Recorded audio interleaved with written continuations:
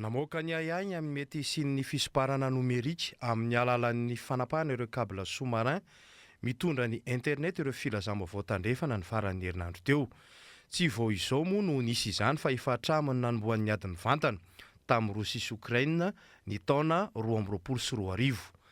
I Rosia no ahiny izy ireo fa mety hanao izany. Fitaran'ilay ady any Ukraina moa no antony.